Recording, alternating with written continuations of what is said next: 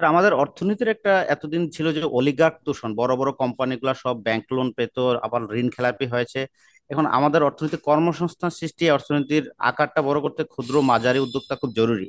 এই ক্ষুদ্র মাঝারি উদ্যোক্তাদেরকে মানে শক্তিশালী করতে, এম্পাওয়ার করতে আপনারা কি চিন্তা ভাবনা করছেন?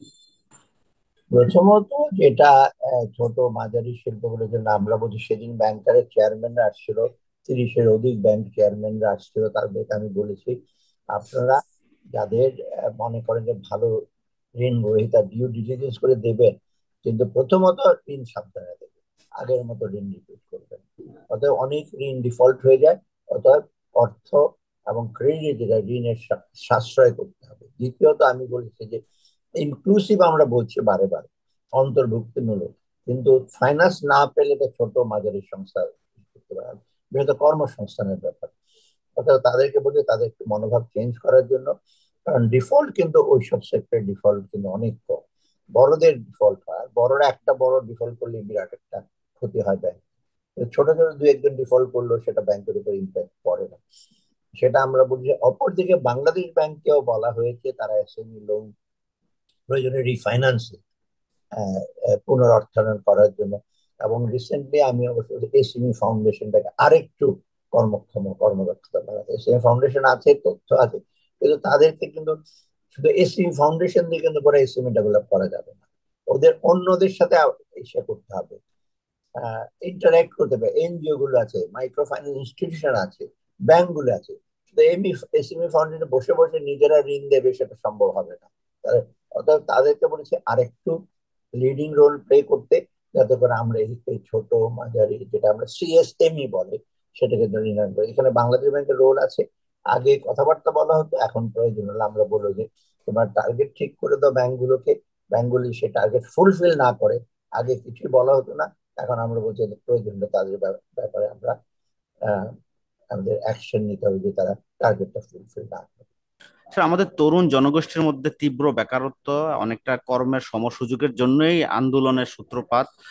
সো এই তরুণ জনগোষ্ঠীর কর্মসংস্থান সৃষ্টিতে অন্তর্বর্তী সরকার কি কি স্টেপ নিচ্ছে? অন্তর্বর্তী ইমিডিয়েটলি যেটা আমরা করছি যে প্রাইভেট সেক্টরের মাধ্যমে যেন কর্মসংস্থান তৈরির একটা, আর কর্মসংস্থান তো শুধু না, সব দিকে আপনার যারা যারা আমরা যেটা আত্মকর্মসংস্থান, সেটার জন্য একটা বড় চ্যালেঞ্জ আমাদের জন্য যে তাদের কিভাবে অর্থায়ন করা যায়।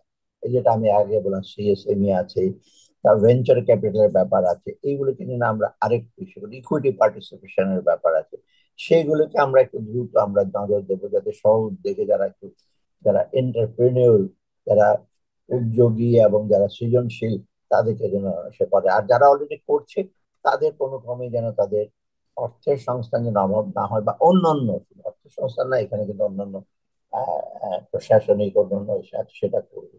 আর দ্বিতীয়ত একটা হলো, সরকারি লেভেলের অনেক শিক্ষিত যুবক চাকরি ক্যারিয়ার বিল্ড আপ করে চাকরির ব্যাপারে। এখন যদি ব্যবসা বাণিজ্য উজ্জীবিত হয়, প্রাইভেট সেক্টরে চাকরি ইচ্ছা হবে, মানে স্থবিরতা কেটে যাবে। দ্বিতীয়ত সরকারি চাকরির ব্যাপারে চিন্তা ভাবনা সিরিয়াসলি করা হচ্ছে। আপনার পাবলিক সার্ভিস কমিশনটা রিঅর্গানাইজ করে তাড়াতাড়ি দ্রুত যেন আপনার তাতে এসে করে পাবলিক সার্ভিসের ব্যাপারে। কারণ পাবলিক সার্ভিস কমিশন সরকারি সব ধরনের চাকরির পরীক্ষা ক্যাডার জব। আর দ্বিতীয়ত হলো, আমরা অন্য অন্য প্রতিষ্ঠানগুলো বলছি, সরকারি প্রতিষ্ঠানগুলো বলছি, অনেক ভ্যাকেন্ট পোস্ট আছে, সেগুলো যেন দ্রুত যেন তারা ফিল আপ করতে চেষ্টা করে। কারণ অনেক প্রয়োজনীয় জায়গা খালি আছে, সেজন্য ফিল আপ করে হয়তো কিছুটা শিক্ষিত এবং আর তৃতীয়ত আরেকটা জিনিস আমরা করছি এখন, কালকে আমরা দেখবো, দেখতেই পারেন মালয়েশিয়ার প্রধানমন্ত্রীর সাথে যে আমাদের কথাবার্তা হলো, বায়োলেটারাল টক হয়েছে, সেখানে একটা ইস্যু ছিল যে মালয়েশিয়া যেন আরো আমাদের নেয়, তো সেখানে লোকজনের যে সুরক্ষা ওয়েজটা যেন করে, আর বিশেষ করে যারা আটকে পড়া ছিল 18,000 বছর, তাদেরকে যেন নিয়ে যায়।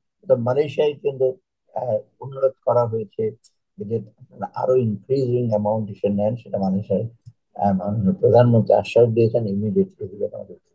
সেটা তো মালয়েশিয়ার কথা বলছি না, আবুধাবি, দুবাই, আরো মিডল ইস্টের কান্ট্রি, সেখানে নিয়ে যেতে পারে। প্রবাসী কল্যাণ সংস্থা কিন্তু আপনাদের রিসেন্টলি কিন্তু অনেকগুলো ইনোভেটিভ ইস্যু নিয়েছে, যে তাদের ইমিগ্রেশন ঝামেলা না করে, তারপর যাওয়ার ক্ষেত্রে যেন পয়সা বেশি না লাগে, এগুলো এগুলো করলে কিন্তু ওই যে বাইরে যে কর্মসংস্থান সেটা বাড়বে। কেন ওটা দুটো দিক আছে, কর্মসংস্থান, একটা হলো আমাদের ফরেন পলিসি, তো সেটাকে আমরা চেষ্টা করি। স্যার স্যার, বৈদেশিক বিনিয়োগ, এফডিআই এবং বিদেশি কোম্পানির কারখানা স্থাপন আলোচনা কেমন এগিয়েছে? আপনারা কেমন? আহ, না, এখন দেখেন, আর আমাদের আলোচনাগুলি সবসময় যখন আমি আলোচনা করেছি বিভিন্ন দেশের সাথে, একটা মেজর জিনিস হলো বৈদেশিক বিনিয়োগ। এবং তারা বলছে যে প্রাইভেট সেক্টর ইনভেস্টমেন্ট এনভায়রনমেন্টটাকে ইমপ্রুভ করো। এনভায়রনমেন্ট বলতে পারবো যে regulatory framework, incentive, tax regime, তারপর দ্রুত তাড়াতাড়ি পারমিশন দেওয়া, প্লাস আরেকটা ওদের একটা আছে ল অ্যান্ড অর্ডার সিকিউরিটি। এটা ওদের অফিসাররা আসবে, ওদের কর্মীরা আসবে বিভিন্ন ফ্যাক্টরিতে। এটার ব্যাপারে আমরা যথেষ্ট এবং পাবলিক সেক্টরে, প্রাইভেট সেক্টরে যদি এনভায়রনমেন্ট ইমপ্রুভ করা, বিডাকে আমরা যথেষ্ট এখন এসে করি। বিডাতে একজন দক্ষ লোক আসবে যিনি ইনভেস্টমেন্ট প্রাইভেট সেক্টর ওরিয়েন্টেড। আগে ছিল বিডাতে সরকারি কর্মচারী, তারা যদি সরকারি কর্মচারী স্টাইলে কাজ করতো। এখন যিনি আসছেন বিডাতে, তাছাড়া প্রধান উপদেষ্টার একজন বিশেষ উপদেষ্টা যিনি বিনিয়োগে, সেও উনি এটার ব্যাপারে এক্সপার্ট।